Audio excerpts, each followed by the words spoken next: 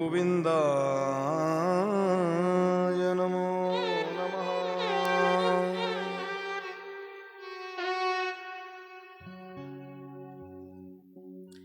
तत्रैव गंगा यमुना त्रिवेणी। बघा नमनातला हा जो श्लोक आहे ना, या श्लोकामध्ये जिथे कथा चालू असते ना, तिथे जगातले सर्व तीर्थ उपस्थित होतात. कोणते कोणते? तत्रैव, तिथे. कुठे? जिथे कथा असते तिथे. कोणते कोणते तीर्थ? तत्रैव गंगा यमुना त्रिवेणी गोदावरी सिंधु सरस्वती च सर्वाणि तीर्थानि वसन्ति तत्र यत्राच्युतोदार कथा प्रसंगा. जिथे अच्युताची, अनंताची, भगवान विष्णूंच्या, देवाच्या कथा असतात, तिथे जगातले सगळे तीर्थ उपस्थित होतात. म्हणून इथे येणारी व्यक्ती ही तीर्थ स्नात होते, तीर्थात स्नान केल्यासारखी असते. कथेत सगळंच आहे महाराज. तीर्थ आहेत, देव आहेत, संत आहेत, भक्त आहेत. कथा त्रिवेणी, संगम, देव, भक्त आणि नाम. देव भक्त असं त्या भगवान परमात्म्याच्या लीला चिंतन आपण ऐकत आहोत. आजचा आपलं या श्रीमद भागवत कथेच्या सांगतेकडची वाटचाल 7वा दिवस आपल्या कथेचा आहे. जोपर्यंत कथेला सुरुवात झाली नव्हती ना, तोपर्यंत कथा आहे, कथा आहे, कथा आहे. एकदा सुरुवात झाली, पटापट पटापट दिवस निघून जातात. कसे 7 दिवस निघून गेले असं वाटतं कालच चालू झालं. एक ओढ मनामध्ये होती, चला वेळ झाला कथेला जायचंय, वेळ झाला कथेला जायचंय, वेळ झाला कथेला जायचंय.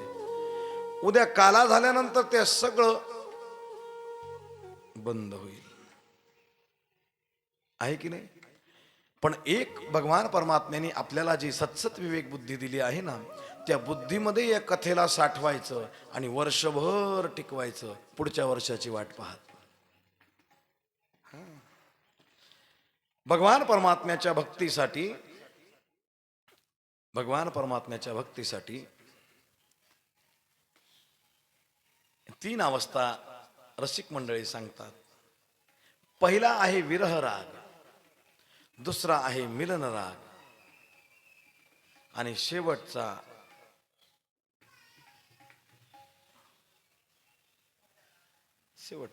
पुन्हा आणखी विरह. उत्तर राग, पूर्व राग, मिलन राग आणि उत्तर राग. पूर्व राग कशाला म्हणतात? आपल्या गावात भागवत होणार आहे, आपल्या गावात भागवत होणार आहे, आपल्या गावात भागवत होणार आहे. चिंतन काय चाललं? भागवताचं. भागवत कथा सुरू असताना त्या श्रवण केल्या. आपल्या गावात काय चालू आहे? आणि कथा झाल्यानंतर देवाची एक एक लीला आठवायची आणि चिंतन करायचं. आपल्या गावात काय होतं?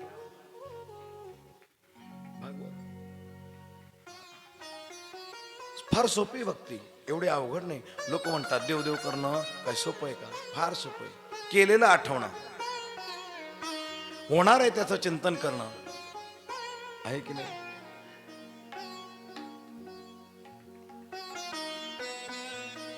म्हणून त्या भगवान परमात्म्याच्या लीलांचं चिंतन करता करता आजचा 7वा दिवस आपल्याला उजाडलेला आहे. 7व्या दिवसातलं हे शेवटचं सत्र आपलं कथेचं आहे. समचरण सरोजम सांद्र नीलांबुदाभम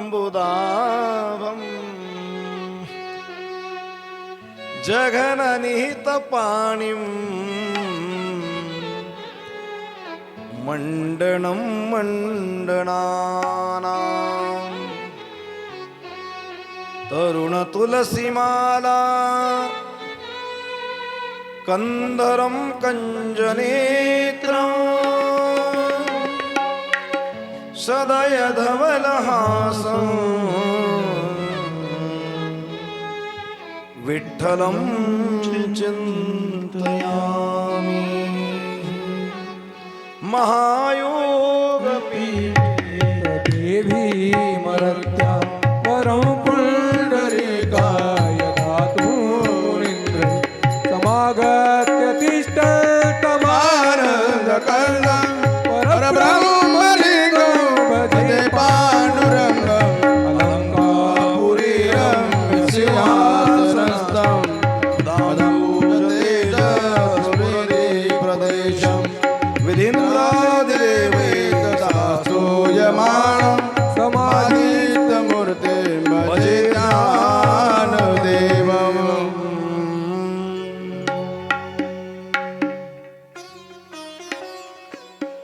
प्रतिष्ठान गोदा तटीचा निवासी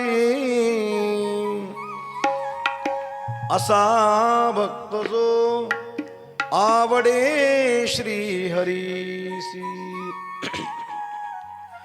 तया वर्णिता थोर आल्हाद चित्ता नमस्कार माझा सद्गुरु एकनाथा सेवे लागी सेवक झालो तुमच्या लागलो निज चरणा अहो स्वामी तुकया देवा यावरी न करावा अव्हेर यावरी न करावा अव्हेर अकारण करुणावरणालय सकल जगदाधार पार्वती प्राण संजीवन भगवान भोलेनाथांच्या दरबारामध्ये त्यांच्या आवडत्या कथेचं आवडत्या विषयाचं आपण सेवन करू. काल भगवान परमात्म्याच्या गृहस्थाश्रमाला सुरुवात झाली. गृहस्थाश्रमाला प्रभूचं लग्न झालं देवाचं. एक नाही, दोन नाही, तीन नाही, 8 लग्न तर देवाचे सेपरेट झाले. दुसरा विवाह भगवान परमात्म्याचा द्वारकेतच राहणारे एक राजे सत्राजित त्यांचं नाव, त्यांची कन्या सत्यभामा. ही सत्यभामा भगवान श्रीकृष्णाला अर्पण करावी असं सत्राजितांच्या मनात होतं, पण त्याच्या आधीच देवाचं लग्न झालं. सत्यभामा देवी नाराज झाल्या. सत्यभामा देवी नाराज झाल्या. कथा प्रसंग असा घडला. या सत्राजिताचा भाऊ होता, त्या भावाचं नाव होतं प्रसेन. काय? प्रसेन. सत्राजित महाराजांना भगवान सूर्यनारायणाने प्रसन्न होऊन एक मणी दिला होता, स्यमंतक मणी. काय नाव त्याचं? स्यमंतक मणी. आणि त्या स्यमंतक मण्याचा महिमा असा होता, तो रोज 8 भार सोनं द्यायचा. किती किती भार? हे परिमाण, हे प्रमाण, हे वजन आपण चांदीच्या मोजण्यामध्ये वापरतो, बरोबर? 10 ग्रॅमचा 1 भार, बरोबर का? चांदीवाले. आमच्या हरिभक्तपरायण चेतन महाराजांचा चांदीचाच कारखाना आहे पारोळ्याला. त्यांना सांगितलं असं मोघम मोजून द्या म्हटलं. बंगारावाला कसा किलोवरली जास? नाही म्हणतात, ते भारी असतात लोक. त्यांचा चांदीचाच कारखाना आहे. शिक्षण संस्था त्यांचीच आहे, त्यांच्या आजोबांचीच आहे. पण एक परमार्थाची आवड म्हणून करतात. चला, हा भार हे प्रमाण आपण चांदीसाठी वापरतो. 10 ग्रॅमचा 1 भार होत असतो. हा स्यमंतक मणी रोज 8 भार सोनं द्यायचा. 8 भार म्हणजे किती ग्रॅम झालं? 80 ग्रॅम. 8 तोळे. माझ्याकडे जर राहिला असताना आता मी तुम्हाला फोन लावून विचारलं असतं, तुमच्या गावात आहे का काही घ्यायसारखं? 8 भार सोनं द्यायचा. पूजनाच्या नंतर महाराज सत्राजित त्याला आपल्या गळ्यात धारण करायचे, लॉकेट सारखं गळ्यात धारण करायचे. त्यांचा बंधू प्रसेन, लहाना भाऊ प्रसेन, या प्रसेनाने एकदा आपल्या बंधूंकडे त्या मण्याची मागणी केली. गळ्यात तो मणी घातला आणि शिकारीला निघून गेला. शिकारीला गेला. शिकार तर झाली नाही, पण त्याची शिकार झाली. सिंहाने त्याला ठार मारलं. भाऊ पण नाही, मनी पण नाही. मनात विचार येतात, काय झालं असेल? एवढं सोनं देणारा मणी सापडत नाही, म्हणून महाराज चिंतेत पडले. आता आपलं थोडं जरी हरवलं तरी आपण पाहतो का नाही? जिकडे गेलो नाही तिकडे सुद्धा जाऊन येतो. काय सांगावं, आडव्या हाताने ठेवला असेल. मणी सापडत नाही म्हणून चिंता आहे, चेहरा नाराज आहे. बाईसाहेबांनी विचारलं, काय तुम्हाला चिंता, का नाराज दिसतात? यांनी सांगितलं, आपला मणी सापडत नाही. बाईसाहेबांना अधिकच चिंता वाटली. म्हणाले काय झालं असेल. सत्राजित बोलता बोलता बोलून गेले, मला असं वाटतं याच्या आधी एकदा भगवान परमात्म्याने मला सांगितलं होतं की तुमच्याकडे हा मणी सुरक्षित नाही, हा मणी तुम्ही आमच्या कोशागारात जमा करून द्या, लॉकरमध्ये, तिथे तो सुरक्षित राहील, सुरक्षित राहील. मला असं वाटतं यदा कदाचित देवाने तर आपला मणी घेतला नसावा. घेतला असं बोलले का ते? घेतला असावा. आता महिला मंडळाची चर्चा, चिंता वाढली, घरात तेच टेन्शन. दास्यांनी विचारलं काय झालं बाईसाहेब, काय नाराज दिसतात? अगं म्हणे आपला मणी सापडत नाही. असो, कुठे गेला असेल? आता महिलांचीच चर्चा, ती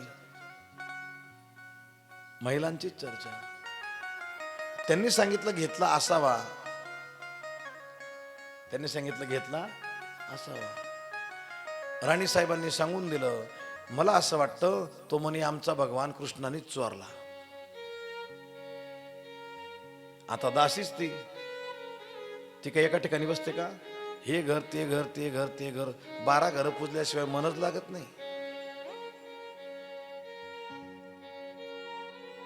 प्रत्येक घरी तीच चर्चा. द्वारकेत चर्चा सुरू झाली, देवानी मणी चोरला, देवानी मणी चोरला. लोकांना काय महाराज, विषय पाहिजे फक्त. लोकांना काय पाहिजे? विषय पाहिजे. लोक म्हणायला लागले अरे जित्याची खोड मेल्याशिवाय, लहानपणी लोणी चोरायचा, लुगडे चोरायचा, आता मोठा झाला तर मामाचं गाव सुद्धा यांनी हिसकावून घेतलं, आणि आता मणी चोरला. काय नवले केला असेल?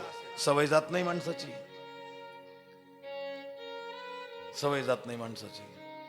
देवाच्या कानावर वार्ता आली, अरे मण्याचा आपला काही संबंध नाही, आपण त्यांच्या घरी गेलो नाही, कस काय आपल्यावर आळा आला? भगवान परमात्मा त्या प्रसेनाच्या शोधात निघतात. दूरवर जंगलामध्ये असं घडलं, प्रसेनाचं प्रेत सापडलं, पण मणी त्याच्या गळ्यात नव्हता. सिंहाच्या पावलाचे ठसे होते, त्याचा मागोवा घेत चालायला लागले. पुढे सिंह सुद्धा मेलेला दिसला, आणि तिथून पुढे अस्वलाच्या पायाचे ठसे होते. अस्वलाच्या पायाचा मागोवा घेत भगवान परमात्मा एका गुहेत गेले. त्या गुहेत त्या अस्वलाची कन्या, अस्वलाचं बाळ खेळत होतं. तिने माणूस कधी पाहिला नव्हता, अस्वलच पाहिलेले होते. घाबरली, पळाली, वडिलांना हाक मारली. तिकडून ते अस्वल आलं आणि भगवान परमात्म्यासोबत 21 दिवस युद्ध केलं. किती दिवस? घामाघूम झाले. शेवटी हात जोडले, बस प्रभू ओळखलं, तुम्ही माझे रामचंद्र आहात. कोण होतं ते अस्वल? जामवंत होते. जामवंतांनी सांगितलं, प्रभू एवढ्या निबिड अरण्यात यायचं कारण? म्हणे तुमची इच्छा पूर्ण करायची होती. काय इच्छा माझी पूर्ण केली तुम्ही? आठवा, रामायणाचं एवढं युद्ध झालं, पण तुम्ही वयस्क असल्यामुळे तुम्हाला लोक सांगायचे तुम्ही फक्त सांगा, काहीच करू नका, आम्ही सगळं करतो.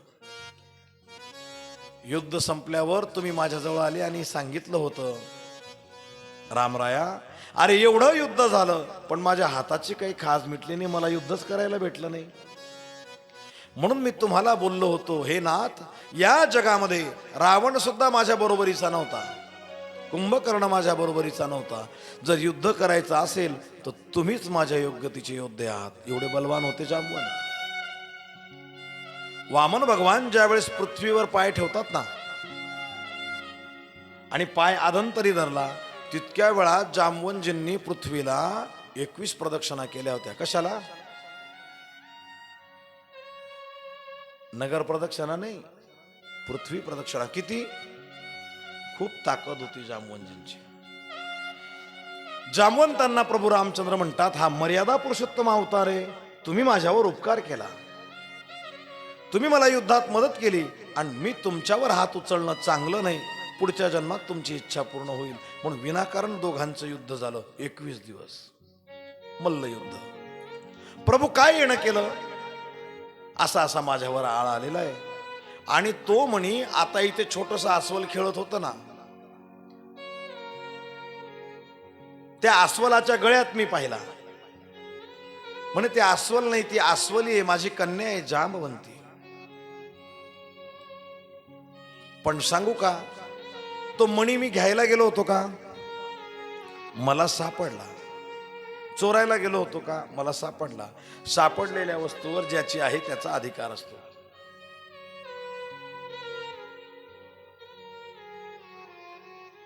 आता मी तो माझ्या मुलीला दान देऊन टाकलेला आहे आणि दिलेलं दान परत घ्यायचं. पुढे मृगराजाची कथा येईल, सांगेल थोडक्यात. दिलेलं दान परत घ्यायचं नसतं. आता मुलीला दिला, काय करू, पण प्रभू एक उपाय आहे. माझ्या मुलीसोबत जर तुम्ही लग्न केलं तर मुलगी पण तुमची, मणी पण तुमचा. मरता क्या ना करता, नाईलाज होता. भगवान परमात्म्याने आस्वलीशी लग्न लावलं. नारद आले, नारदांनी लग्न लावलं. रथ जुंपलेला आहे, भगवान परमात्मा आहेत आणि त्यांच्या बाजूला ती आस्वली बसलेली, जांबवंती देवी बसलेल्या आहेत. देवाचा चेहरा उतरलेला आहे. मनी तर भेटला. आता द्वारकेतल्या लोकांना काय सांगायचं, रुक्मिणी सारखी सुंदर सर्व गुण संपन्न पत्नी असताना आस्वली सोबत लग्न केलं. देवाचं काय खरंय का? नारदांनी सांगितलं, काळजी करू नका, तुम्ही आनंदात रथ घेऊन या, मी काय करायचं ते करतो. नारायण नारायण नारायण करत नारदजी रुक्मिणी देवींच्या महालात जातात आणि रुक्मिणी देवींना निरोप सांगतात. देवानी लग्न केलं. जसे भगवान तशा रुक्मिणी देवी, शांत स्वभाव. करू द्या ना, मग काय फरक पडतो, ती जाऊ द्या. पण जी नवीन नवरी आता भगवान परमात्मा परणून आणतायत ना, जिला परणून आणली ना, ती तुमच्यापेक्षा कितीतरी सुंदर आहे. सुंदर होती का ती? कोण होती? अस्वल होतं. अस्वल जर म्हाताऱ्या बायांना समजणार नाही, लिसडी लिसडी अस्वली होत्या. नारदांचा बार फेल गेला. तिथून नारद उठतात, सतराजिताच्या दरबारात जातात आणि सतराजिताला बातमी, हे सतराजिता, काय आळ घेतला होता देवावर, सापडला तुझा मणी, तुझाच भाऊ घेऊन गेलेला होता. येत आहेत भगवान, नुसते नाही येत आहेत. आता सत्यभामा देवी समोर आहेत आणि नारदांना माहिती की सत्यभामाला देवाशी लग्न करायचंय. सतराजिताने ठरवलेलं आहे.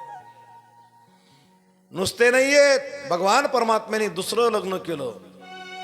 सत्यभामा म्हणे, बापरे, पहिलीने दुसरीने, आता मी तिसरी होईल का काय, माझा नंबर मागेच जातोय. सत्यभामेने नारदांना विचारलं, कशी दिसायला? अप्सरेसारखी, देवांगनेसारखी, लक्ष्मीसारखी सुंदर आहे. होती का सुंदर? सत्यभामेने शाप दिला. ती कितीही सुंदर, सत्यभामा खूप सुंदर होत्या, रूपवान होत्या. रुक्मिणी देवी त्या मानाने सावळ्या होत्या, सावळ्या होत्या. पण सत्यभामा देवी मात्र सुंदर होत्या.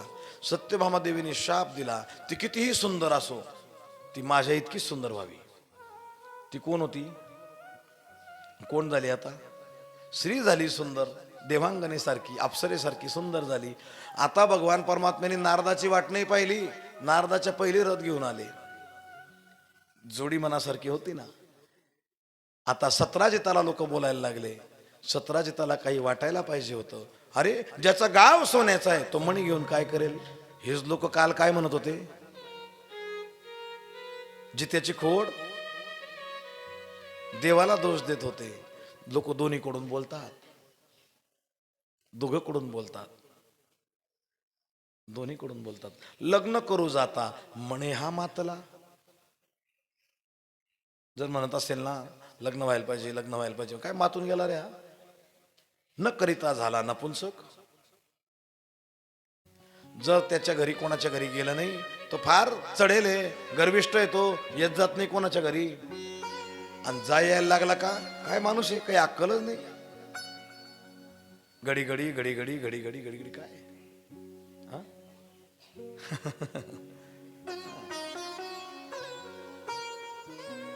लोकांच्या नादी लागलं ना परमार्थ होत नाही. त्यजोनिया जन भक्ती करा. जे लोक देवाला बोलत होते ते आता सतराजिताला बोलायला लागले. त्याचा गाव सोन्याचा आहे, काय गरज आहे त्याला घ्यायची. सतराजिताला वाटलं आता लोकांचं जर तोंड बंद करायचं असेल तर देवाशी पटकन संबंध जोडावा, म्हणून तिसरं लग्न भगवान परमात्म्याचं सत्यभामादेवी सोबत झालं. देवाला का 11वा गुरु होता काय माहिती. जी पत्नी यायची ती वैभव आणि सोनच घेऊन यायची. रुक्मिणी देवी तर प्रत्यक्ष लक्ष्मीच आहेत. जामवंती देवी भगवान परमात्म्यावर लागलेला तो चोरीचा कलंक त्यांनी पुसला, मणी आणला. तो मणी देवानी सतराजिताला दिला. सतराजितानी कन्यादान करत असताना सत्यभामेला दिला. तिसरं लग्न भगवान परमात्म्याचं झालं सत्यभामा देवी सोबत. चौथा भगवान परमात्म्याचा विवाह झाला कालिंदी देवी सोबत, म्हणजे यमुना मैया सोबत. कालिंदी देवी यमुना मैया सोबत. आपण वर्णन ऐकलं, यमुना माई काळ्या आहेत. एकदा कुरुक्षेत्रावर एका अश्वत्थ वृक्षाखाली, पिंपळाच्या झाडाखाली एक तपस्वी काळी सावळी कन्या तपश्चर्या करत होती. तेजस्वी होती, काळी सावळी होती, पण तेज संपन्न होती. अर्जुन आणि भगवान परमात्मा सहज फिरायला गेलेले आहेत. एक दिवस फिरता फिरता अर्जुनाला भगवान परमात्मा म्हणतात, बाईसाहेब कोण आहेत विचारून तर या. अर्जुन गेले.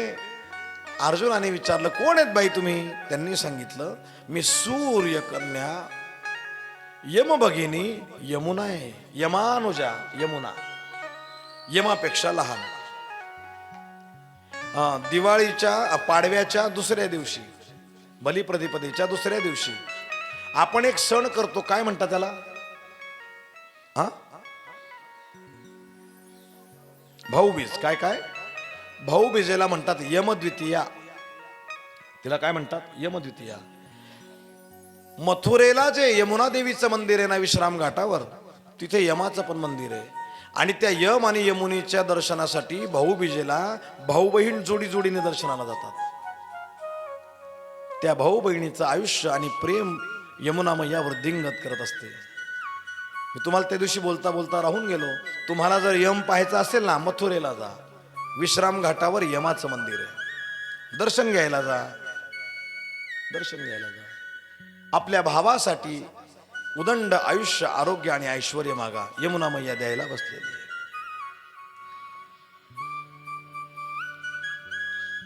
मी यम भगिनी यमुना. काय करता तुम्ही इथे? भगवान श्रीकृष्ण पती म्हणून मिळावे म्हणून तपश्चर्या करते. म्हणे संपली तुमची तपश्चर्या. ब्रह्मदेव आले. ब्रह्मदेवानी भगवान परमात्म्याचं आणि यमुना देवींचं लग्न लावून दिलं. बोल कालिंदी वल्लभ भगवान की. अवंतीचे राजे विंद आणि अनुविंद, विंद आणि अनुविंद यांनी आपल्या बहिणीचं लग्न भगवान परमात्म्यासोबत लावून दिलं. एक नागनजिती नावाची राजकन्या, नागनजिती नावाची राजकन्या, या नागनजिती देवी यांचं स्वयंवर होतं. आणि त्या स्वयंवरात अट अशी होती, तलवारीच्या पात्यासारखे शिंग असलेले 7 बैल, माजलेले बैल, आणि त्यांना एकाच दाव्याने नाथायचं. कशाने नाथायचं? एका दाव्यात 7 बैल नाकातून वेसण घालून नाथायचे. अनेक राजांनी प्रयत्न केला, बैलांनी त्यांना फाडून टाकले. शेवट बलराम दादा असले म्हणे, कन्हैया उठ, असे बैल आपण लहानपणी किती चारलेत. भगवान परमात्मा त्या बैलांच्या पाठीवरून हात फिरवतात. एकाच दाव्यात 7च्या 7 बैल नाचतात. जय जयकार होतो. बोल नागनजिती वल्लभ भगवान की. ते बैल सामान्य नव्हते. ते जे शेण टाकायचे ना, ते सोन्याचे पोटे असायचे. मी सांगितलं नाही का, देवाला 11वा गुरु होता. सामान्य नव्हता. लक्ष्मणा देवींना भगवान परमात्मा स्वयंवरातून जिंकून आणतात.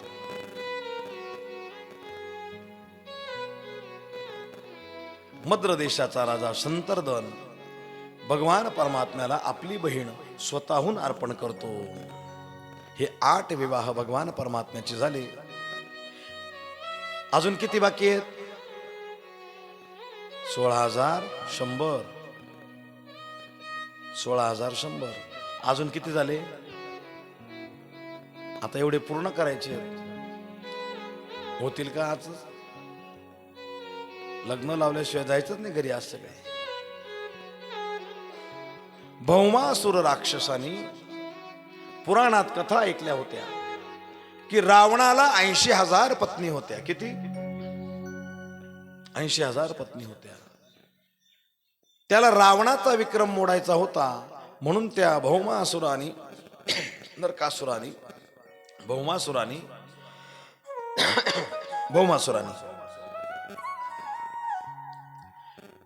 कन्यांचं अपहरण करायचं. त्या मुली चोरून आणायच्या.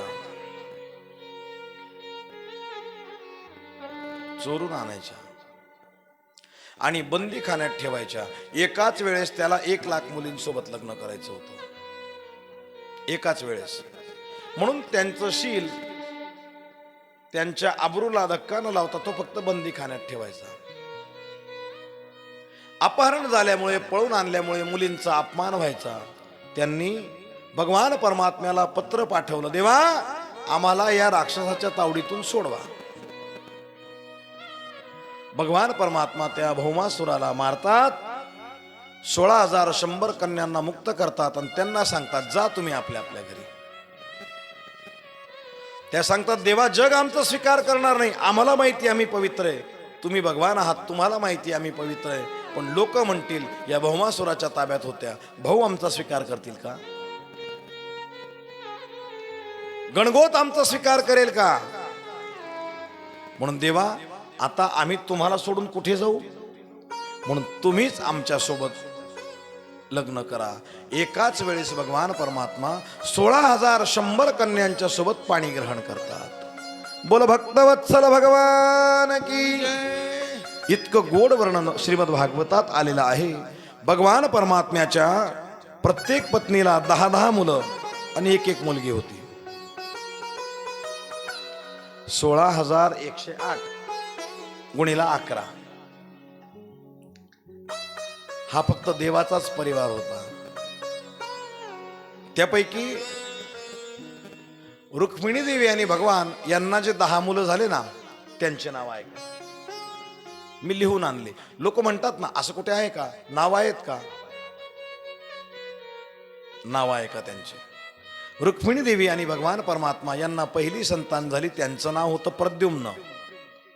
दुसऱ्या मुलाचं नाव चारुदेशनं, 3 नंबर सुदेशनं, 4 नंबरला चारुदेह, 5 नंबरला सुचारू, 6 नंबरला चारुगुप्त, 7 नंबरचे भद्रचारू,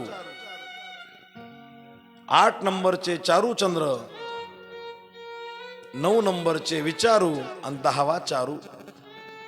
हे 10 मुलं भगवान परमात्मा आणि रुक्मिणी देवींचे. याच प्रद्युम्नांचा विवाह रतीदेवी सोबत झाला.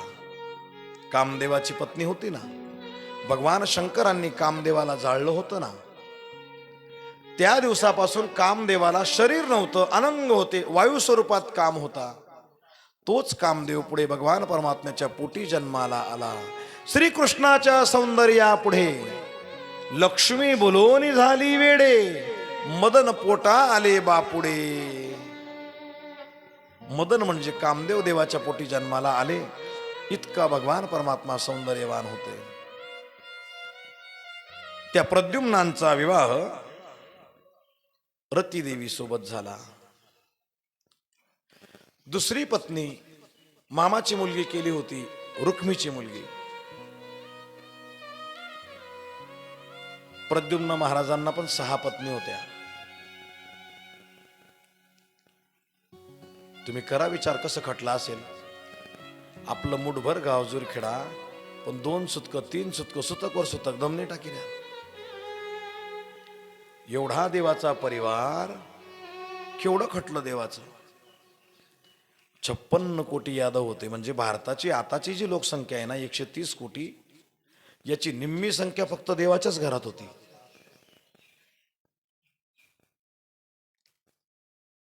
हा देवाचाच परिवार. बलराम दादांचा.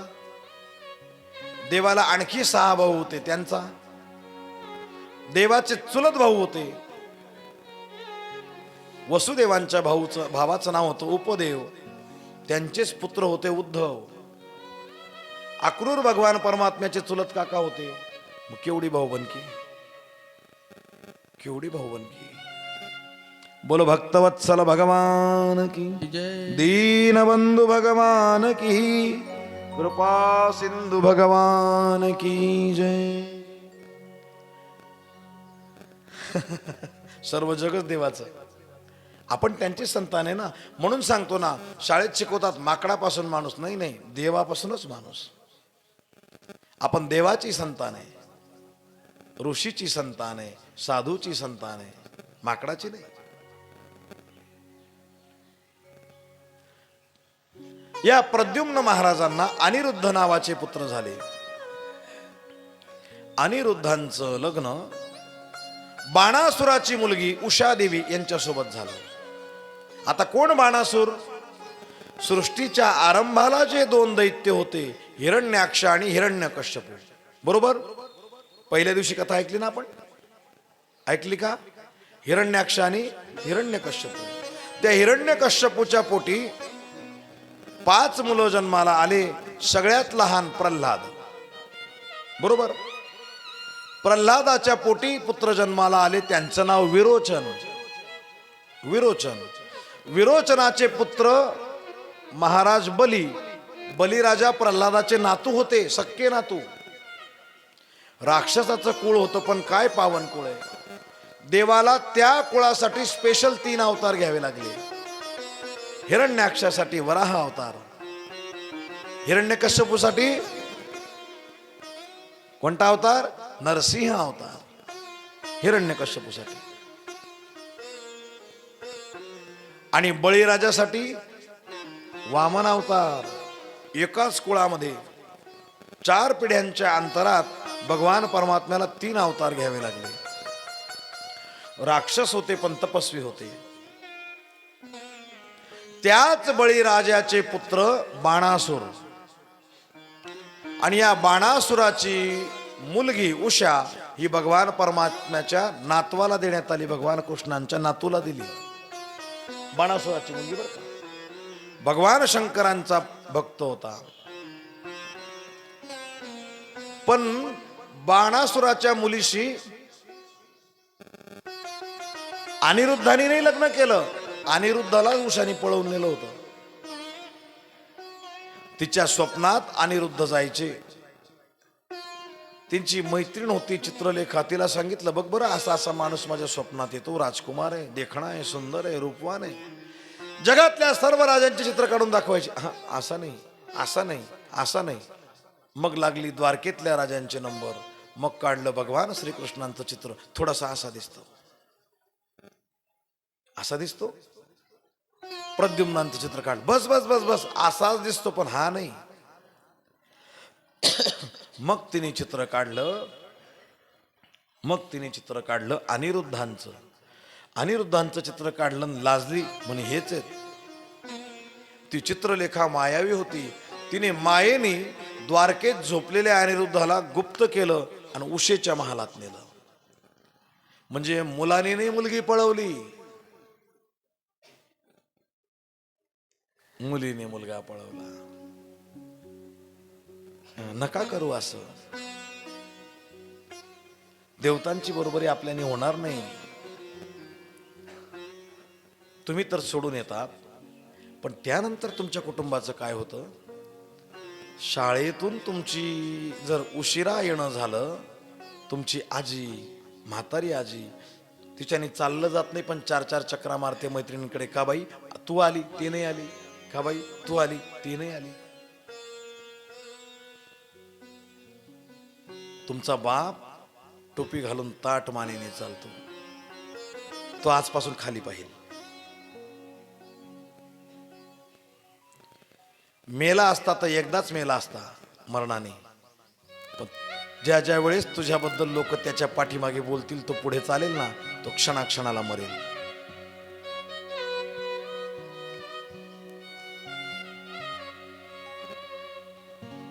त्यांची तर स्थिती दयनीय होईलच, पण ज्या ज्या वेळेस सण येतील ना, सासूरवाशिणी कन्या ज्या वेळेस स्वतःच्या माहेरी जातील ना, त्यावेळेस तुझ्याच पोटाची तू बुतडे खुडून घेशील. जन्माला आली तेव्हापासून सांभाळलं ग तुला. लग्नासारखी मोठी केली, तुझं वाईट करण्यासाठी केली का? त्यांच्यापेक्षा तू हुशार आहे का? ते तुझं वाईट विचार करतील का? बाई,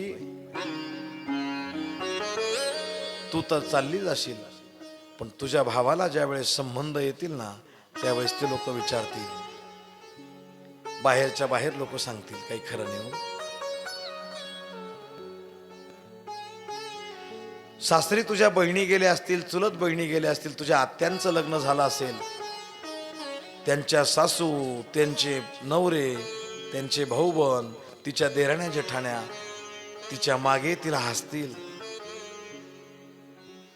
तुझ्यामुळे सगळ्यांना त्रास होईल. याच्या उलट त्यांच्या संमतीने जर तू गेली ना, रुबाबात तुला आखाजीला दिवाळीला घ्यायला पाठवतील. प्रत्येक लग्नात तू नातेवाईकात मिरशील. बाई, काय भेटतं तुला असं करून? 2 दिवस 4 दिवस, वर्षा 2 वर्षाची ओळख, तू इतकी सुज्ञ झाली का? तुझं तो काय पूर्ण करणार आहे? जर त्याला त्याची पूर्णता असती तर त्याच्याच समाजात, त्याच्याच मोठ्या लोकांनी त्याचा संबंध जोडला नसता का? आई वडिलांचा विचार करा. ज्या दिवशी तुम्ही घर सोडतात ना, कायदा पण इतका बावळट आहे. पोलीस स्टेशनला हजर झाल्यावर सुद्धा त्या मुली सरळ सांगतात की आम्ही यांना ओळखत नाही. बाई, तू अशी वरून पडली का? पण जो दाखला तिथे हजर आहे, ज्या दाखल्याने ती वय सांगते की मी 18 वर्षापेक्षा जास्त आहे, त्या दाखल्यावर मागे नाव कोणाचं आहे?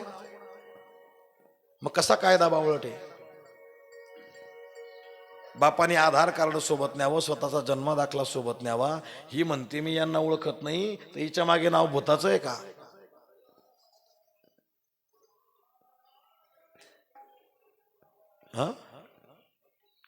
भूताचं आहे का? माहिती असली पाहिजे. चूक आई वडिलांची याच्यात मी गृहीत धरेल. शिकवायच्या हौसेनं तुम्हाला 18 वर्षापर्यंत आनंदात शिकवा. अजून पुढे शिकवायचंय ना, वांग निश्चय करून द्या, लग्न करून द्या आणि अट घाला, आम्ही आमच्या मुलीला शिकवू, काही खर्च तुम्ही लावा. नाही तुम्ही लावला, आम्ही लावू, पण शिकू द्या. पण वय असेपर्यंत लग्न होऊ द्या. मायबाप 30-30 वर्षाच्या, 28-28 वर्षाच्या कन्या होतात. पुढे संतती व्हायला त्रास होतो, व्याधी जडतात. दिवसमान कसे 60-65 वर्षाचा माणूस होतो, 30-35 वर्षात जर लग्न झाले, त्यांनी आयुष्याचा आनंद घ्यायचा कधी? लेकरं कधी होतील? ते लेकरं नेमके 7वी 8वी 10वीत जातात आणि म्हातारे मरून जातात. योग्य वयात लग्न करा, जीवनाचा आनंद घ्या. तुम्ही नातू पण तू कधी बघाल? चूक आपली आहे. प्रत्येक गोष्ट योग्य वेळी झाली पाहिजे, योग्य वेळी झाली पाहिजे, हे लक्षातच ठेवा. याच्या पुढे जर असा प्रसंग आला, त्या माऊलीने जर म्हटलं की मी यांना ओळखत नाही, त्यांना सांगावं, हे माझा आधार कार्ड, हा माझा जन्माचा दाखला, हिच्या नावाच्या मागे कोणाचं नाव आहे तो तपास करून घ्या. मान्य आहे की तुला तुझं आयुष्य जगायचंय, पण एकटी कशी जगशील वेडी? आई बापाने लग्न लावून दिलं ना, सासू जर बोलली तुला हक्काने आईला फोन लावता येईल, आई मला असा असा त्रास देत आहे,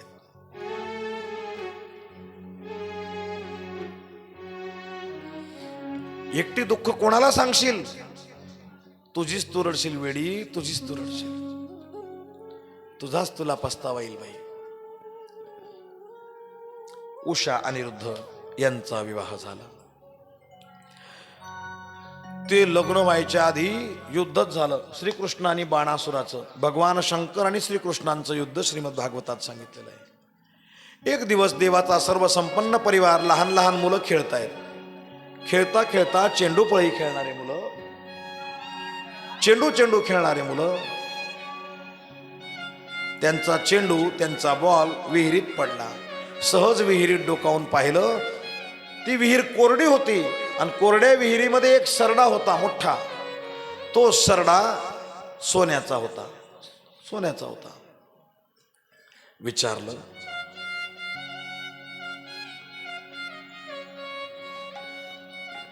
धावत पळत भगवान कृष्णांकडे गेले.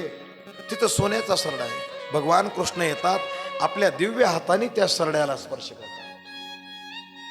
जसा स्पर्श केला, त्या शरीरातून त्याची मुक्ती झाली आणि त्याच्यातून एक चतुर्भुज स्वरूपामध्ये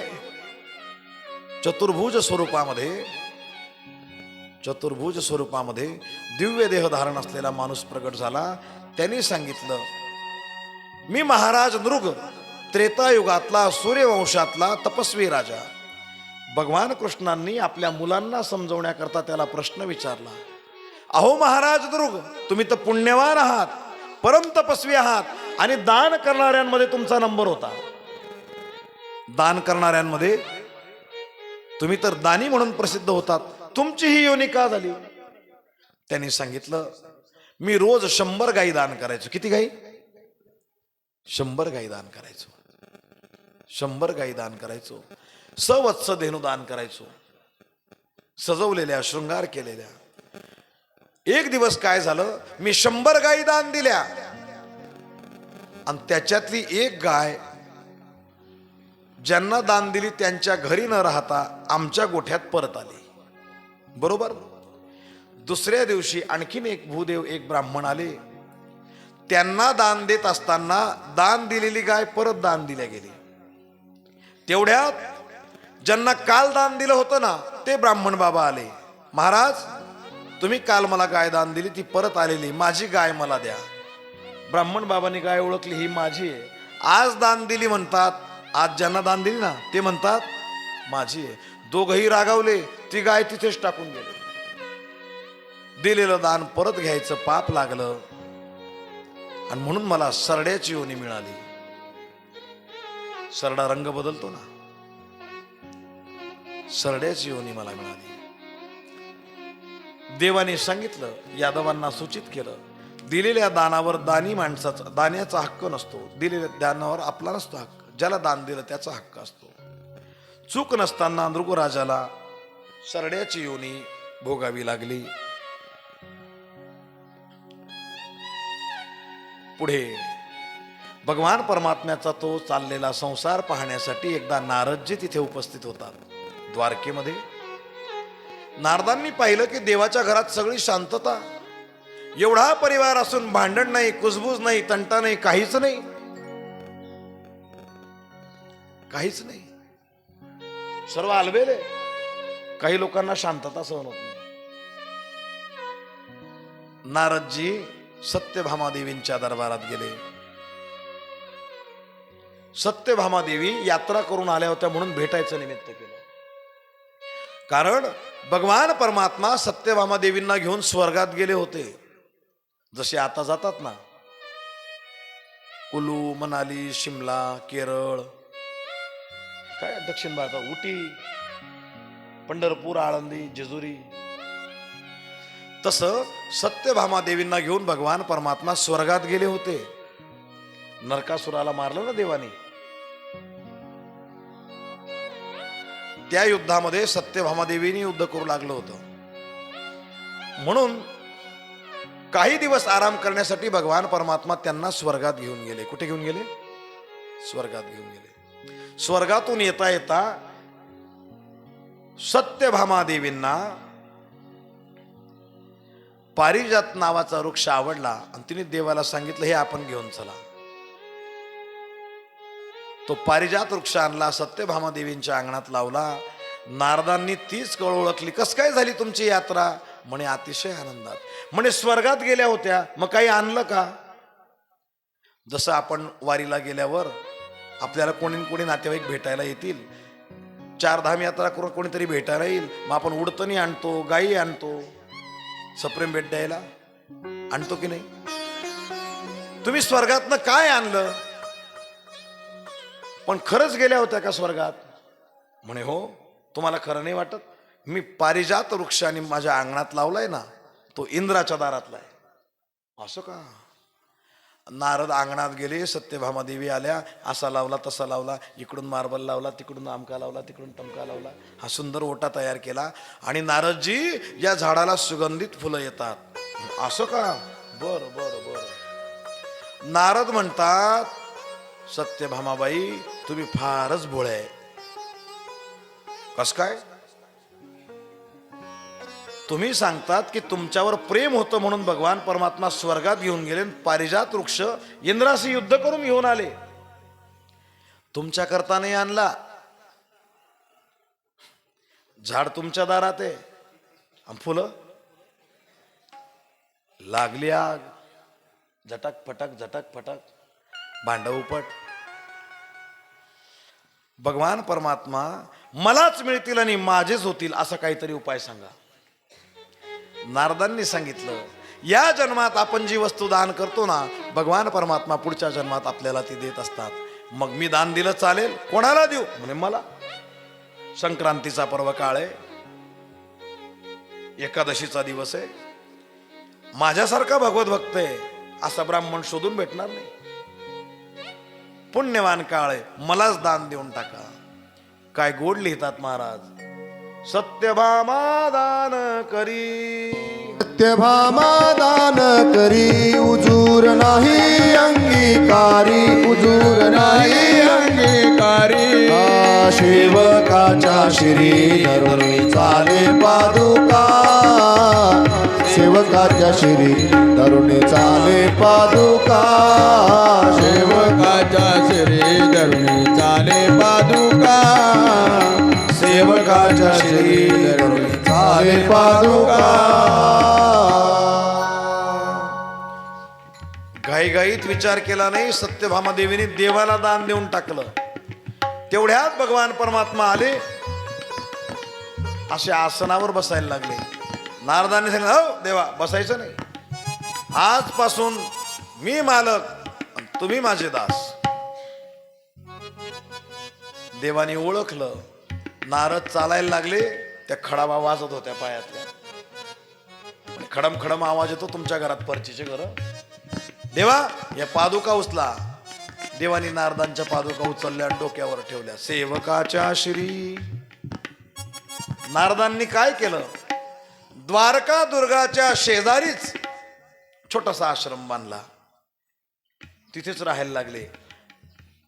भगवान परमात्म्याने नारदाची सेवा करायची, नारदाचं धोतर धुवायचं, वाळायला घालायचं, प्रसाद सर्व सिद्ध करायचा. आणि सत्यभामा देवी अशा चोरून पाहायला यायच्या. सत्यभामा देवी आल्या का देवानी रडत रडत धुणं धुवायचं. खूप त्रास देवाला, दमल्यासारखं करायचं, कंबर दुखल्यासारखं करायचं. कोणी? भगवान परमात्म्याने. भगवान परमात्म्याने. मग ऐका, सर्व राण्या सत्यभामा देवीला बोलायला लागल्या. कसा निर्णय घेतला? कसा निर्णय घेतला? सत्यभामा देवी म्हणे, पुढच्या जन्मात भेटतो का नाही भेटतो, पण आते जो पाड दिला. नारदांकडे गेल्या, काही पर्याय आहे का? नारदांनी पर्याय सांगितला, लवकर सांगितला. पर्याय सांगितला, देवाच्या भारोभार जर मला सुवर्ण दिलं, सोनं दिलं, तर मात्र मी भगवान परमात्मा तुमचे तुम्हाला परत करेन. सोनं काही विशेष नाही, आमचं गाव सोन्याचं आहे.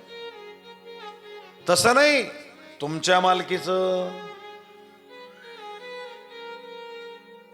गाव कोणाचा आहे? तो सोन्याचा. पण मालक कोण आहे त्या गावाचं? भगवान परमात्मा. आणि भगवान परमात्माच दान दिले तर द्वारका कोणाची? नारदांची. ते नाही चालणार. तुमच्या मालकीचं, तुमच्या जवळचं जे असेल ते दान द्या. तुला ठरली. एका पारड्यात भगवान, एका पारड्यात सोनं. सर्व राण्यांनी आपलं सोनं आणून टाकलं तरी देवाची बरोबरी होत नाही. सर्वजणी हजर होत्या, 16,107. एकच देवी उपस्थित नव्हत्या. कोण? रुक्मिणी देवी. रुक्मिणी देवी शांत आहेत, देवाच्या लीलेचं पाहत आहेत, आनंद घेत आहेत. बाकीच्या राण्या गेल्या आणि रुक्मिणी देवीला सांगतात, उठा की चला रुक्मिणी, तुम्ही स्वस्त कशा बसल्या. उठा की चला रुक्मिणी, तुम्ही स्वस्त कशा बसल्या. उठा की चला, उठा की चला, उठा की चला. का स्वस्त बसल्या, का शांत बसल्या? चला ना, चला चला.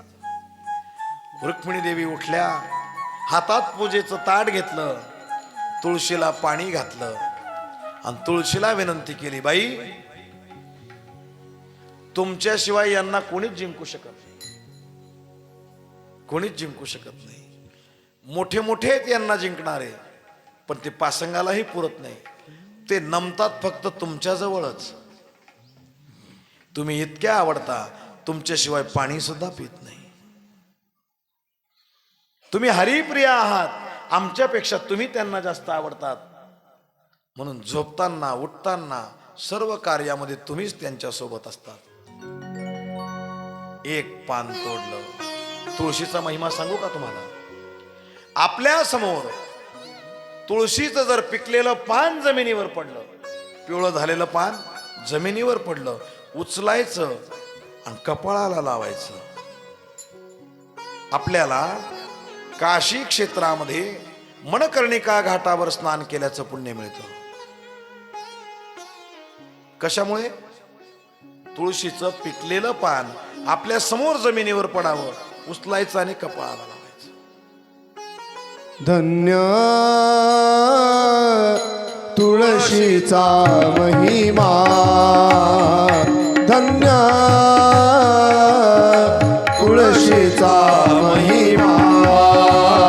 धन्य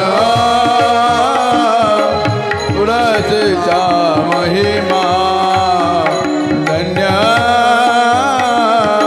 तुळशीचा महिमा. नाही अनेक उपमा, नाही अनेक उपमा, नाही अनेक उपमा. नाही अनेक उपमा. प्रात काळी दर्शन, प्रात काळी दर्शन. काळे दरुशन, काळे दरुशन.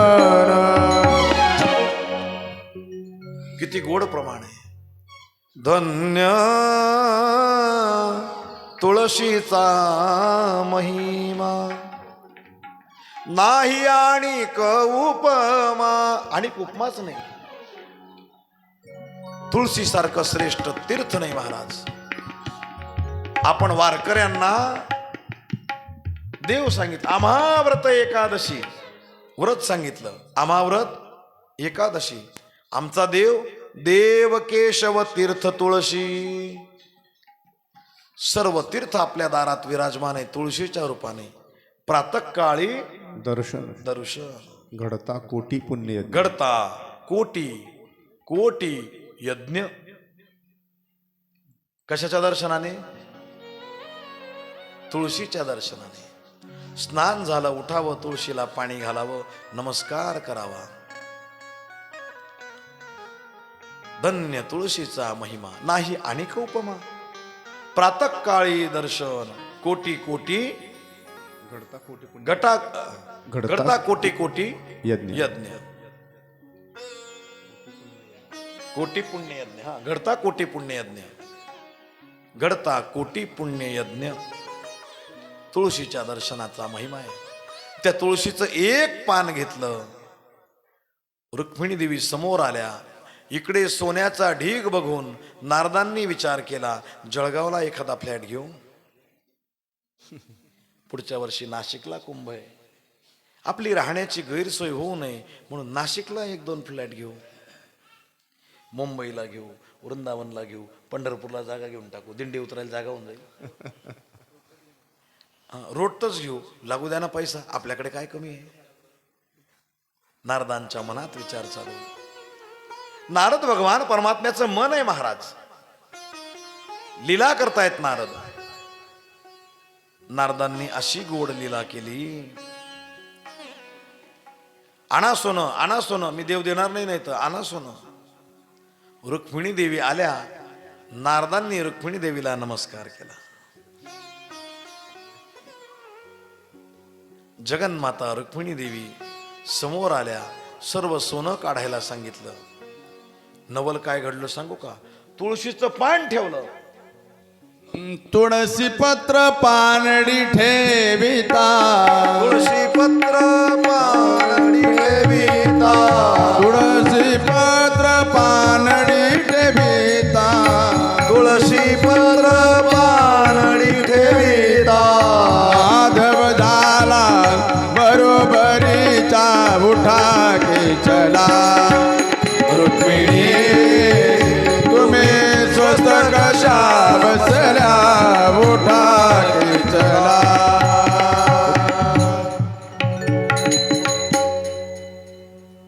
एक पान ठेवलं. किती किलोचं असतं तुळशीचं एक पान? वजन आहे का त्याला काही? नुसतं पान ठेवलं, माधव झाला बरोबरीचा, बरोबर झाला असा अभंग सांगतो. आणि श्रीमद भागवत शास्त्र सांगतं, तुळशीचं पान जड भरलं आणि माधव हलके भरले. देवाचं पान वर गेलं.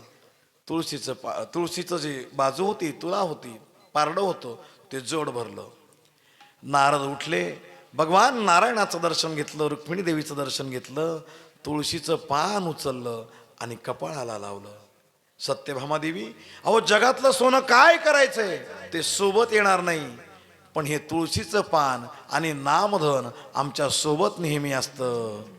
हमारो धन राधा श्री राधा श्री राधा, हमारो धन राधा श्री राधा श्री राधा, हमारो धन राधा श्री राधा, हमारो धन राधा श्री राधा श्री राधा, परम धन राधा राधा राधा राधा राधा, परम धन राधा राधा राधा राधा राधा, जीवन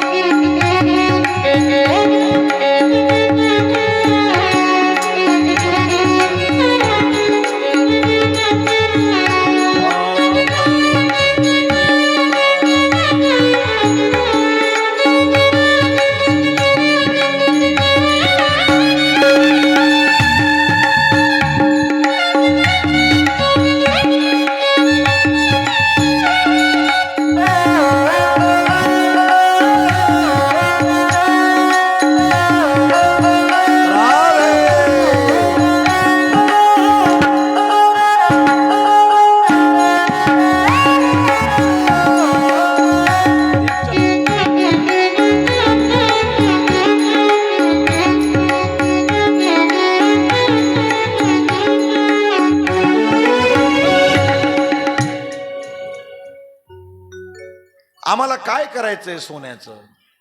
सोने आणि माती आम्हा समानची चित्ती, काय दिला ठेवा आम्हा विठ्ठलाची भावा. तुमचे एरवित्त धन ते मज मृत्तिके समान मातीसारखं आहे, मातीसारखं आहे. म्हणून नारदजींनी तुळशीचं पान कपाळाला लावलं.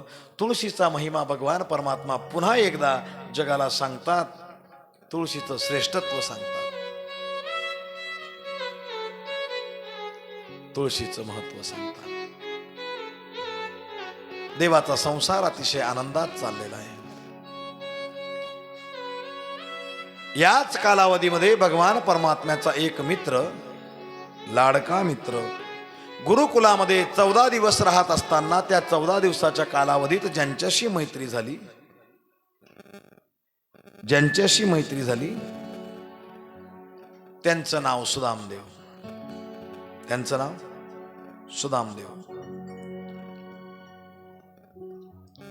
लौकिक परिस्थितीने गरिबी होती, खाण्याची वणवा होती, पण भजनाच्या बाबतीत मात्र श्रीमंत होते, श्रीमंत होते. तुकोबाराय सांगतात ना, तुकोबारायांची परिस्थिती, आम्ही सदैव सुडके जवळी येता चोर धाके. चोर सुद्धा आमच्या घरी चोरी करायला विचार करेल, इथे गेलो तर तोच काहीतरी टाकून जाईल, हे तुम्हाला राहू द्या बाबा. मोड किया बाजा वरी वाकळाच्या शेजा, दैन अवस्था, लौकिकातलं दैन्य. पण तुकोबाराय जसं छातीला हात लावून सांगतात, तुका म्हणे आम्ही राजे त्रैलोक्याचे. तसं हे भक्ती क्षेत्रातले राजे होते सुदामदेव. पत्नी सुद्धा मनाला अनुकूलच मिळाली होती. नाव होतं सुशीला. काय नाव? सुशीला.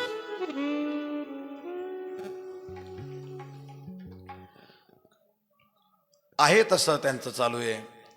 भिक्षावृत्तीसाठी नियम धारण केला होता. 5 घरी भिक्षा मागायची. किती घरी?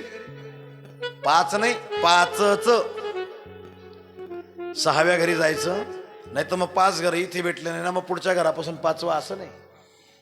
5 घरी भिक्षा मागायची. मिळालं तर बरं. किती वेळपर्यंत थांबायचं? एका दारापुढे गोदोहन कालापर्यंत.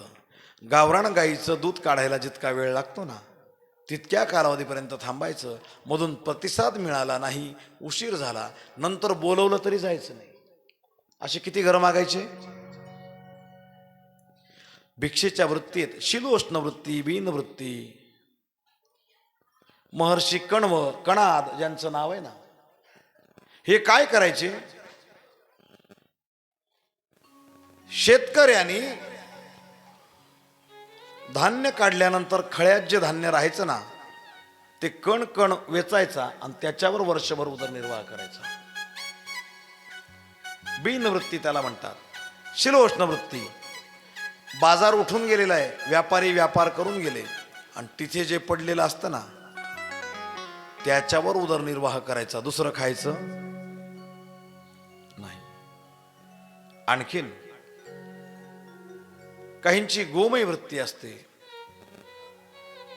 गाई जे धान्य खातात, काही पचतं काही पचत नाही, शेणाच्या बाहेर जे धान्य टाकतात ते धुवायचं आणि त्याच्यावर वर्षभर उदरनिर्वाह करायचा. शिलोष्ण वृत्ती, बीन वृत्ती. यांनी भिक्षुवृत्ती ही धारण केली होती. 5च घरी मागायचं. 5 घरी म्हणजे इथे नाही भेटलं मग तिथे, तसं नाही.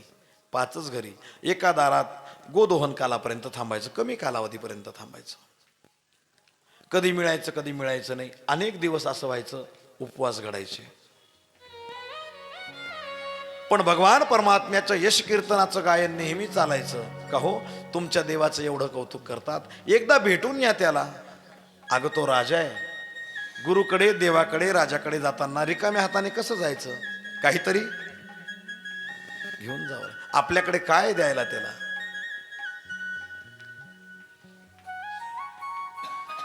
द्यायला जाऊ नका आणि घ्यायला जाऊ नका. तुम्ही सांगतात ना तुमचे मित्र आहेत, भेटायला तर जा, दर्शनाला तर जा. तुम्ही म्हणतात तो देव आहे, दर्शनाला तर जा. सुदामदेव मान्य करतात. रिकामं कसं पाठवावं? 5 घरून थोडे थोडे तांदूळ आणले. एकसारखे का दिले नाही? कोणी मुठभर दिले नसते का? मुठभर तांदळासाठी 5 घरं का फिरल्या? त्याचं कारण भगवान परमात्म्याला कळावं, हे तांदूळ एका घरचे नाहीत. एवढे सुद्धा तांदूळ किती ठिकाणाहून आणले? महिला हुशार असतात. निरोप दिला सुदामदेवांजवळ, गठोडं दिलं बांधून. सुदामदेव निघाले. पोरबंदर ते द्वारका बरंच अंतर आहे. आताचं पोरबंदर आहे ना गुजरातमध्ये, तीच सुदामपुरी द्वारका. बरंच अंतर आहे. सुदामदेव चालायला लागले. जंगलाचा रस्ता लागला. जसं जंगल लागलं तसं भगवान परमात्मा, आपण देवाला भेटायला जातो पण त्याला आपल्यापेक्षा जास्त ओढ लागते, तो पुढे येऊन बसतो. भगवान परमात्म्याने गुराख्याचं रूप धारण केलं आणि सुदामदेवांना म्हणायला लागले, बाबा अहो एवढ्या उन्हाचे काय चालले? आमच्या गायींचं पोट भरलेलं आहे, आता आम्ही भाकरी खाणार आहोत, तुम्ही आमच्यासोबत जेवण करा. सुदामदेवांना सुद्धा जीव घातलं. कोणी? देवानी. थंडगार पाणी पाजलं आणि सुदामदेव झोपी गेले. पोटात अन्न गेलं. चालून चालून दमलेले होते, झोपले. झोपून उठले एका विशाल नगराच्या द्वारावर. उंच उंच गोपुर होते, मोठे मोठे महाल होते, पिवळं धमक गाव होतं, कलरचं नाही. द्वारका नगरी होती. विचारलं, खरे बाबा हे गाव कोणतं आहे? लोकांनी सांगितलं, माहित नाही तुम्हाला? म्हणे ही द्वारका आहे. अरे ही जर द्वारका असेल तर इथला द्वारकाधीश माझा मित्र आहे. हसू आलं लोकांना. पण श्रीमद भागवत कथा सांगते, सुदामदेव सरळ अंतपुरात देवाकडे गेले. सुदामदेवाला कोणी अडवलं नाही. भागवतात श्लोकानुसार अडवलं नाही. कारण ब्राह्मण, अबला स्त्रिया, ज्याच्यावर अन्याय झालेली आहे अशी व्यक्ती आणि साधू यांना देवापर्यंत जायला अडसर नव्हता. डायरेक्ट जाऊ शकत होते, यांना कोणीच अडवत नव्हतं. सुदामदेव अंतपुरात गेले. भगवान आपल्या आसनावर बसलेले होते. सुदामदेवाला पाहिलं आणि काय आनंद वाटला. भगवान पळत पळत आले, सुदामदेवाला आपल्या आसनावर बसवलं. पण एका भक्तानी मोठा गोड भाव सांगितलाय सुदामदेवांच्या बाबतीत. जीर्ण झालेलं शरीर, अंगावर नेटके कपडे नाहीत आणि सुदामदेव त्या सैनिकांना म्हणतात, बाबांनो, अरे द्वारपालो कन्हैया से कह दो, अरे द्वारपालो कन्हैया से कह दो, दर पे सुदामा गरीब आ गया है, दर पे सुदामा गरीब आ गया है, अरे द्वारपालो कन्हैया से कह दो, अरे द्वारपालो कन्हैया से कह दो, दर पे सुदामा गरीब आ गया है, दर पे सुदामा गरीब आ गया है. न सर पे है पगड़ी न तन पे है जामा, बता दो कन्हैया से नाम है सुदामा. सुदामदेव नाव सांगितलं. सुदामा नाव सांगितलं. द्वारपाल मध्ये जातात, निरोप सांगतात. भगवान पळत आले. ही एका भक्ताची कल्पना आहे, एका भक्ताने केलेला प्रसंग आहे. पण श्रीमद भागवत कथा सांगते, सुदामदेवांना आदरासहित सैन्याने आधीच मध्ये जाऊ दिलं. कारण ब्राह्मणांना, साधूंना भेटण्यासाठी, देवाला भेटण्यासाठी कोणाच्या परवानगीची आवश्यकता नाही. आपल्या आसनावर बसवलं, देवाचे पाय धुतले. देवाचे पाय धुतले, सुदामदेवाचे पाय धुतले. देख सुदामा की दीन दशा करुणा करके करुणा निधि रोए, देखी सुदामा की दीन दशा करुणा करके करुणा निधि रोए, पानी परात को हाथ छुयो नहीं हो,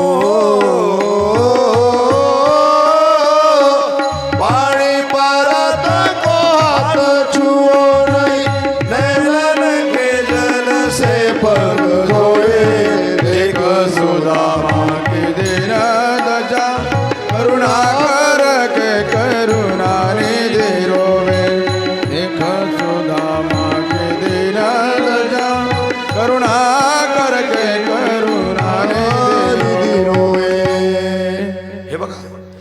देवाचे सगळं जग पूजा करतं, त्या देवानी सुदाम देवाचे पाय धुवावे. कोण श्रीमंत?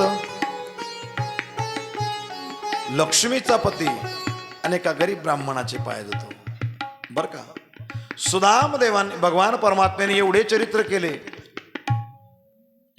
केले, पण त्याच्यामध्ये फक्त 2 भक्तांना भगवान परमात्म्याच्या आसवांनी स्नान घडलं. एक आहेत सुदामदेव भागवतात, आणि रामायणामध्ये एक भक्त आहेत शबरी. हा, सुदामदेव ब्राह्मण आहे, देवाचं कर्तव्य आहे. भगवान गो ब्राह्मण प्रतिपालक आहेत. नवलने सुदामदेवांचं पूजन केलं. पण पुढे ऐका, शबरी भिलणी आहे. सुदामदेवाचे फक्त पाय धुतले, पण शबरीचं प्रेम पाहून भगवान असे रडतात. पायावर पडलेली शबरी, तिच्या मस्तकापासून देवाने महामस्तकाभिषेक केला. स्वतःच्या आसवानी 2च भक्त सुदामदेवांना अष्टऐश्वर्याची प्राप्ती दिली, सोन्याचा गाव दिला.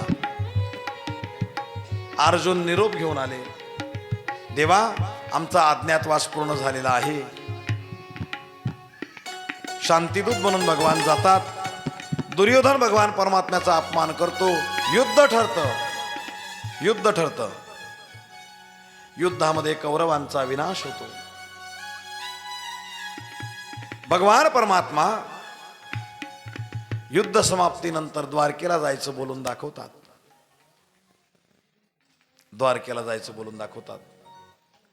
द्वारकेला भगवान निघून गेले. पांडव स्वर्गारोहणाला निघून गेले. याला उपसंहार म्हणतात. ज्या गोष्टीने व्याख्यानाची, कथेची, कीर्तनाची सुरुवात, त्याच्यावरच ते संपलं पाहिजे. असं गले नाही. तर ते कीर्तन 8 अंग आहेत ना, कीर्तनाचे, कथेचे, व्याख्यानाचे 8 अंग आहेत. पहिल्या अंगाला म्हणतात उपक्रम, शेवटच्या अंगाला म्हणतात उपसंहार. आपली कथा उपसंहाराकडे चाललेली आहे.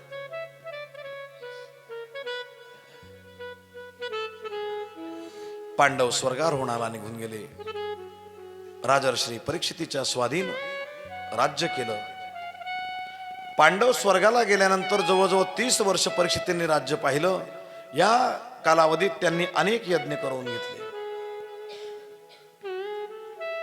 ब्रजमंडलाची पुनर्स्थापना करण्यासाठी देवाचा पंतू भगवान कृष्णांचे प्रद्युम्नाचे अनिरुद्ध आणि उषादेवीच्या मुलाचं नाव होतं वज्रनाभ. हा वज्रनाभ लहान असल्यामुळे एकटा घरी राहिला, म्हणून तेवढा वाचला होता. त्या वज्रनाभाने ब्रजमंडल आणि मथुरापुरीची पुन्हा स्थापना केली. शृंगी ऋषींच्या गळ्यात साप टाकला, शाप मिळाला. 7 दिवसात मरण होईल. शुकदेवांनी 7 दिवस कथा सांगितली. आज परीक्षित महाराजांना विचारलं, आता मरणाची भीती? ते म्हणे, कोण मरणार आहे? अमर आहे. शरीराला तक्षक नावाचा नाग दंश करतो. परीक्षित महाराजांचं शरीर जळून भस्म होतं. त्याच्या अगोदरच त्यांनी आपला प्राण भगवान परमात्म्याच्या रूपामध्ये स्थिर केलेला असतो. बोल परीक्षित महाराज की जय. पुढे 11 आणि 12 स्कंदामध्ये भगवान दत्तात्रयांचे 24 गुरु यांची कथा येते. कलिधर्माचं निरूपण. कलियुगात पुढे काय होणार आहे? पहाडात दिवे लागतील, सोन्याचं शिंग होईल, जनावरांच्या किमती सोन्यापेक्षा जास्त होतील. आता जसं आयुष्यमान कमी झालं, 60, 65, 70 वर्ष लोक जगतात, याच्या पुढे अजून कलियुग इतका घोर होईल की 32 वर्षाचा माणूस म्हातारा होऊन मरेल. काय वय होईल लोकांचं? गुंडांच्या, ढाकूंच्या, आतताई लोकांच्या धाकाला घाबरून लोक गावात नाही राहणार, गावं सोडून पळून जातील, जंगलात जाऊन राहतील. खायला मिळणार नाही, फक्त मध आणि रानफुलं खाऊन लोक जगतील. पुढे इतका घोर कलियुग येणार आहे. 32 वर्षाचा माणूस जर्जर म्हातारा होऊन मरेल. तेव्हा नाथ महाराजांचे प्रमाण खरे होतील. 5 वर्षाची नार 6व्या वर्षीची नारी गर्भिणी. गर्भिणी होईल. 6 वर्षाच्या 7 वर्षाच्या नारी त्यावेळेस मुलांना जन्माला घालतील. 32 वर्षाचं आयुष्य म्हणजे फार मोठं वाटायला लागेल. अनेक त्रास अनेक संकट या जगावर येतील असं व्यासांनी लिहून ठेवलंय. मग या त्रासातून जर सुटायचं असेल भगवन नाम चिंतन करा. श्रीमद भागवतातला शेवटचा श्लोक म्हणाल सगळ्यांनी मागे. आपण हा श्लोक जर म्हटला ना आपल्याला समग्र भागवत ग्रंथाचं पुण्य मिळतं. म्हणाल ना, म्हणा सर्वांनी. नाम संकीर्तनम यस्य नाम संकीर्तनम यस्य सर्व पाप प्रणाशनम सर्व पाप प्रणाशनम प्रणामो दुःख शमन नमो दुःख शमनस् तम नमामि हरिं परम. तं नमामि हरिं परम. आबा तुम्ही 20 श्लोक म्हणा आणि तुम्ही 20 श्लोक म्हणू दडली संगे एक पुष्ट आहे आणि किल्लीत देणी पडेल.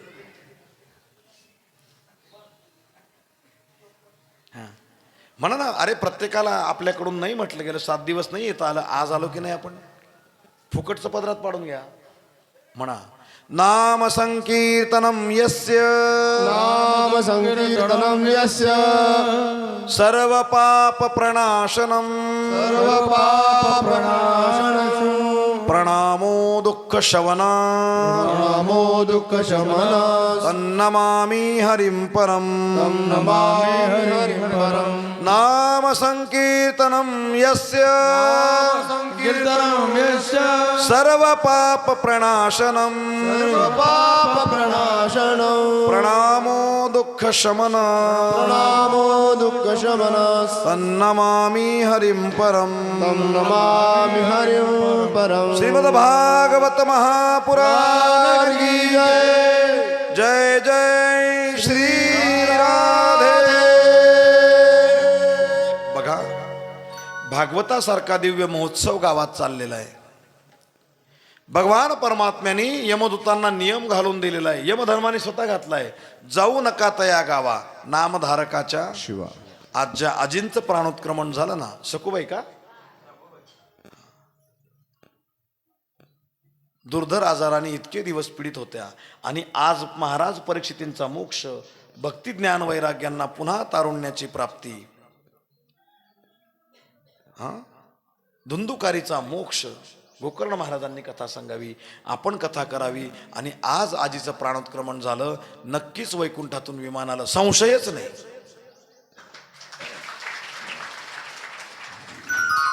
सात दिवस झाले ना पूर्ण, 7 दिवस पूर्ण झाले. महाराज भाग्यवान आत्मा आहे की ज्याच्या आत्म्याच्या निमित्ताने 7 दिवस गावात एवढा उत्सव होता. कथा, सकाळी काकडा भजन, संध्याकाळी हरिपाठ, रात्री कीर्तन, असा महोत्सव. मेल्यानंतर आपण करतो, कोण पाहतं? पण असताना त्यांच्या कानावर संकीर्तन पडत होतं. निश्चित त्यांना आज भगवान परमात्मा स्वतः घ्यायला येते. असे पुण्यवान महात्मे जातात ना मायबाप, त्यावेळेस काय होतं सांगू का? वैकुंठात देव तयारी करून असतात. लक्ष्मी देवी हातात हार घेऊन उभ्या असतात. आज वैकुंठात एक भगवत भक्त येणार आहे, एक नाम अनुरागी महात्मा येणार आहे. नारद, तुंबर, व्यास, अंबरीश, ज्ञानोबराय, तुकोबराय असे ओळीने उभे राहतात आणि आपलं स्वागत करतात. आपण जर भगवत भक्त असू तर तू का म्हणे गाजे वैकुंठी सोहळा आणि याही भूमंडळा माझी कीर्ती. इथे तर कीर्ती राहतेच, पण वर सुद्धा त्यांचा उत्सव होतो. आता त्यांचे मुलं त्यांचा उत्सव करतीलच, पण भगवान परमात्मा त्या जीवाचं किती स्वागत करेल, किती स्वागत करेल, संशयच नाही महाराज. असंच मरण, दिव्य मरण सर्वांचं व्हावं, भगवान परमात्म्याच्या नामचिंतनात व्हावं. तुम्हाला सर्वांना दीर्घ आयुष्य आरोग्य लाभावं. श्रीमद भागवताकडे हीच मागणी करतो, माझ्या वाणीला विराम देतो. 7 दिवस बोलत असताना माझ्याकडून, आमच्या महाराज मंडळीकडून तुम्हाला काही त्रास झाला असेल ना, आवाज कमी कर थोडा, काही त्रास झाला असेल ना, क्षमा मागतो. आजाण आहे, बडबड करणार आहे, थोडासा जास्त बोलका आहे, म्हणून बोलता बोलता कोणाचं मन दुखावलं गेलं असेल ना, तर निश्चित लेकरू समजून माफ करा. घरात भांडणं होत नाही का? होतात. आई मुलाचं होतं, बाप लेकाचं होतं, पती पत्नीचं होतं. लगेच तुम्ही त्यांना सोडून देता का? उलट ज्याच्याशी भांडण झालं ना त्याची काळजी करतात, त्याच्या मित्रांना सांगतात, भाऊ देख बरं बिगर फुगलान जायले. राग असतो पण काळजी असते, याने जेवण केलेलं. मग तसं माझ्यावर रागवू नका.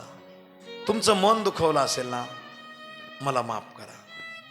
मी काहीच देऊ शकत नाही. काय माझ्याकडे द्यायसारखं काहीच नाही. पण तुम्ही मला भरभरून दिलं. काय दिलं?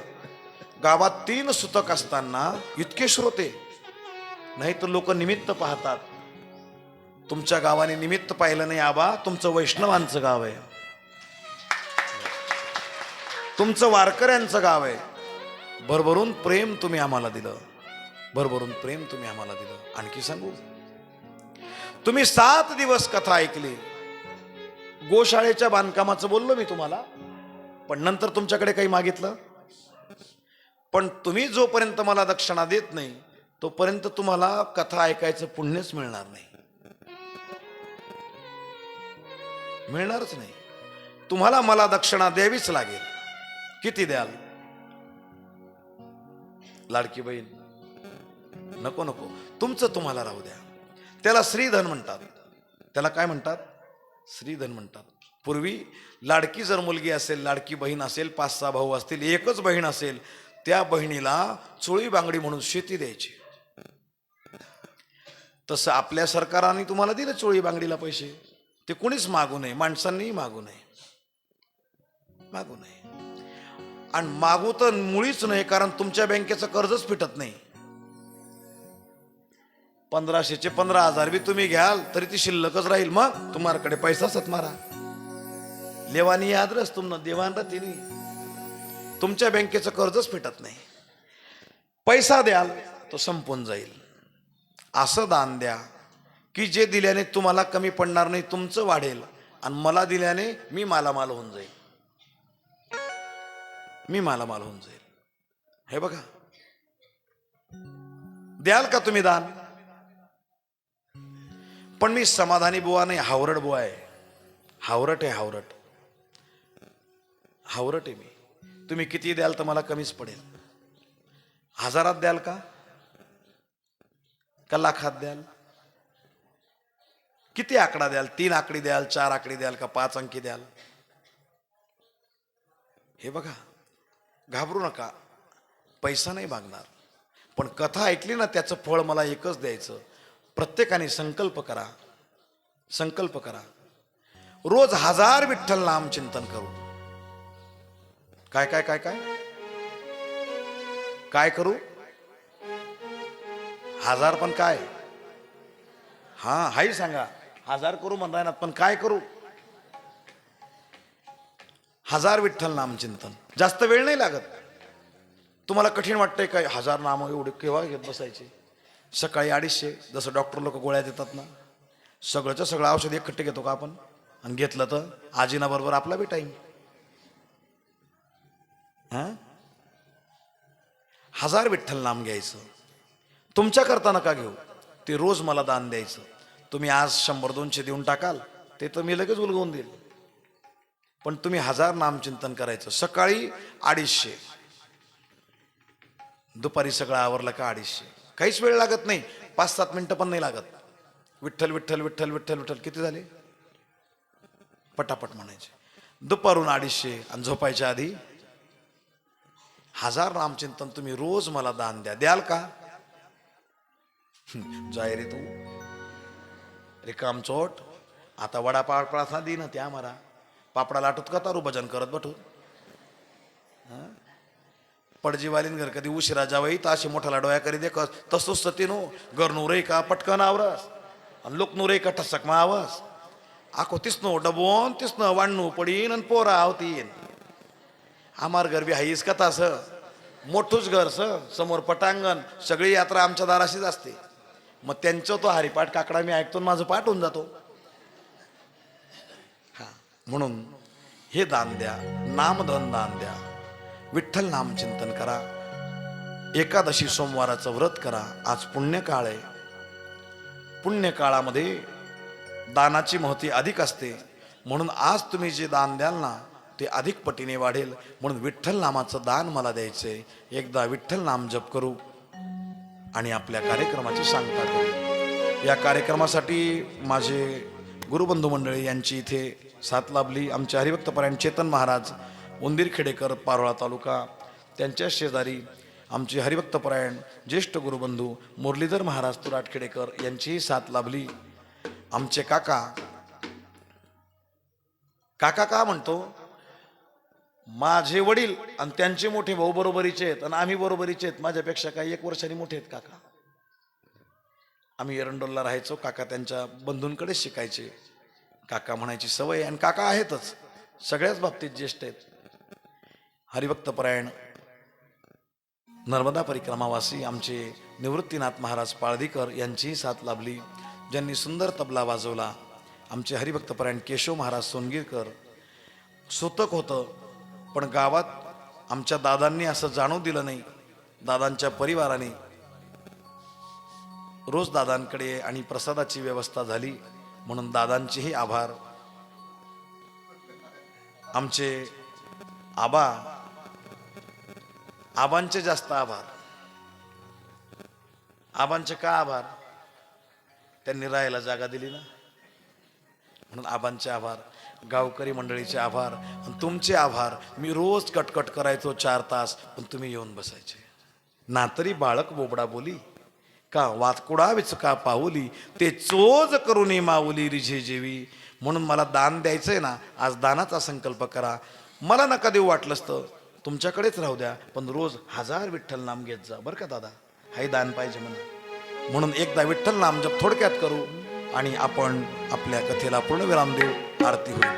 हरी विठ्ठल विठ्ठला विठ्ठल विठ्ठला विठ्ठल विठ्ठल विठ्ठल विठ्ठल विठ्ठल विठ्ठला विठ्ठल विठ्ठला विठ्ठला विठ्ठला विठ्ठल विठ्ठल विठ्ठल विठ्ठल विठ्ठला विठ्ठल विठ्ठला विठ्ठल विठ्ठला विठ्ठल विठ्ठल विठ्ठल विठ्ठल विठ्ठल विठ्ठला विठ्ठल विठ्ठला विठ्ठल विठ्ठला विठ्ठल विठ्ठल विठ्ठल विठ्ठल विठ्ठला विठ्ठल विठ्ठला विठ्ठल विठ्ठला विठ्ठल विठ्ठल विठ्ठल विठ्ठल विठ्ठल विठ्ठला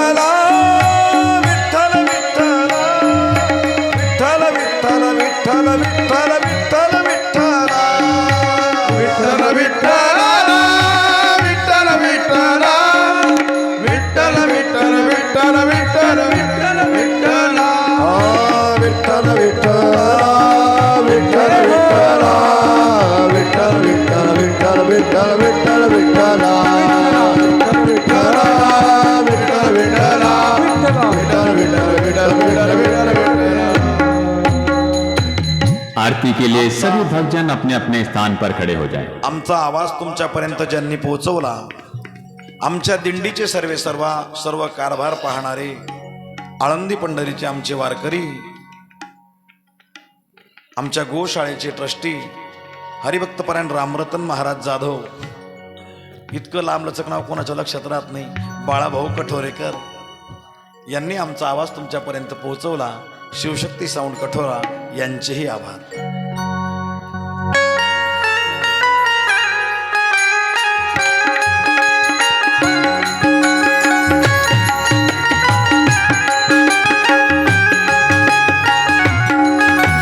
भागवत भगवान की है आरती, पापियों को पाप से है तारती. भागवत भगवान की है आरती, पापियों को पाप से है तारती. ये अमर ग्रंथ है मुक्ति पंथ है, पंचम वेद निराला, नवजोत जगाने वाला. श्री राधे श्री राधे श्री राधे श्री राधे. ओ हरि नाम यही हरिधाम यही, हरिनाम यही हरिधाम यही, जग के मंगल की आरती, पापियों को पाप से है तारती. श्री भागवत भगवान की है आरती, पापियों को पाप से है तारती.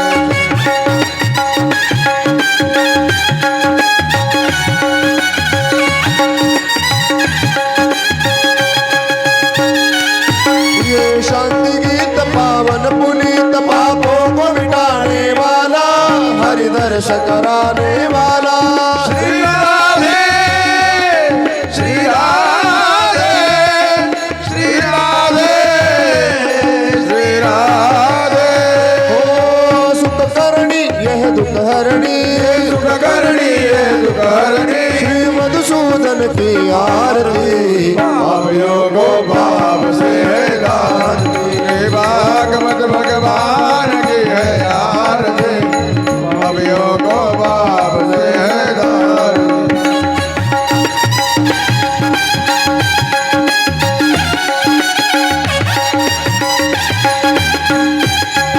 ये मधुर बोल मधुबंध गोल सन्मार्ग बताने वाला बिगड़ी को बनाने वाला श्री राधे श्री राधे श्री राधे श्री राधे ओ श्री राम यही घनश्याम यही श्री राम यही घनश्याम यही प्रभु महिमा की है आरती